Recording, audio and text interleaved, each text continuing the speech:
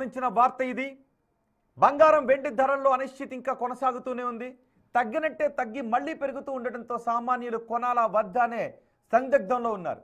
ప్రస్తుతం 24 క్యారెట్ల బంగారం ధర 1,62,500 రూపాయలు ఉండగా వెండి కిలో 2,61,444 రూపాయలు పలుకుతోంది.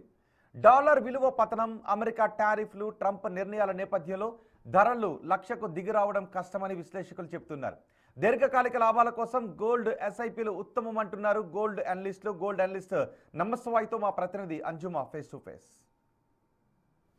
బంగారం వెండి ధరలు ఎప్పుడు ఎలా ఉంటాయో ఎవరికీ తెలియడం లేదు. తగ్గుతుంది అనుకునే లోపే మళ్ళీ పెరుగుతోంది, పెరిగింది కదా అనుకునే లోపే మళ్ళీ తగ్గుముఖం పడుతుంది.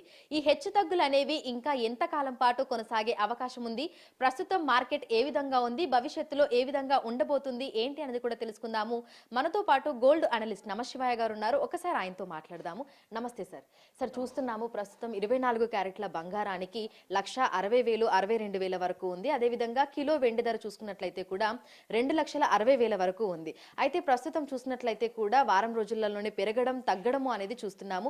ఈ విధంగా హెచ్చు తగ్గులు ఇంకా ఎంత కాలం పాటు కొనసాగే అవకాశం ఉంది అంటారు? అంటే ఈ వోలటిలిటీ మాత్రం తొందరగా సమసిపోదండి. ప్రస్తుతం అయితే కన్సాలిడేషన్ ఫేజ్ అంటాం దీన్ని. బాగా పెరిగి కరెక్ట్ అయింది కదా, ఈ కన్సాలిడేషన్ జరుగుతూ ఉంది. బట్ ఈ హెచ్చు తగ్గులు అయితే ఇలానే ఉండే అవకాశాలు అధికంగా కనబడుతున్నాయి. ఎందుకంటే రోజుకొక అనౌన్స్మెంట్ ట్రంప్ నుండి రావడము అది గ్లోబల్గా అనిశ్చితిలోకి నెట్టుతుంది. తర్వాత డాలర్ అనేది వీక్ అవుతుంది. సో డాలర్కి వీక్నెస్ భవిష్యత్తులో కూడా ఉంటుంది. కాబట్టి ఈ అనిశ్చితులు కొనసాగుతాయి. డాలర్ వీక్నంత కాలం కూడా బంగారం వెండికి సపోర్ట్ దొరుకుతూనే ఉంటుందని మనం చెప్పుకోవచ్చు. కొంతమంది అంటుంటారు లక్ష రూపాయలు దిగువకు వస్తుందని చెప్తున్నారు.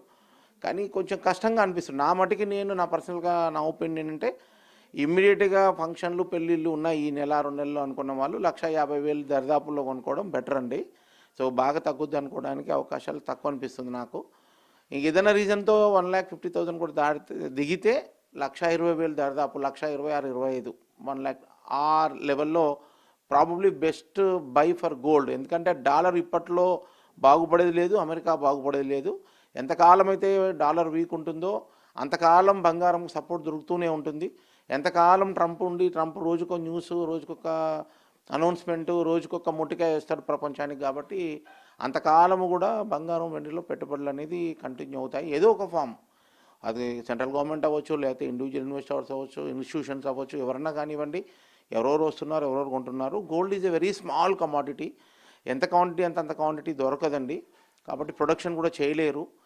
సో కాబట్టి ఎప్పుడైనా కొంచెము దాని మీద ఫోకస్ చేస్తే ఆటోమేటిక్గా విపరీతంగా పెరగడం మనం చూస్తున్నాం. గతంలో చూసాం, ఇప్పుడు కూడా అదే జరుగుతూ ఉందండి. అంటే లాంగ్ టర్మ్లో ఎవరైతే కొనాలనుకుంటున్నారో వాళ్ళు ఎస్ఐపి మోడ్లో కొనుక్కోవడం బెస్ట్ అండి. దానివల్ల ఏమవుతుందంటే యావరేజ్ అవుతుంది వాళ్ళకి.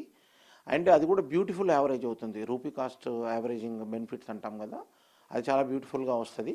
కాబట్టి ఫిక్స్డ్గా ఎవ్రీ మంత్ 10,000 20,000 పడతా వాట్ ఎవర్, అది మీరు ఎక్స్చేంజ్ ట్రేడెడ్ ఫండ్స్ ఉన్నాయి, డైరెక్ట్గా కొనుక్కోవచ్చు.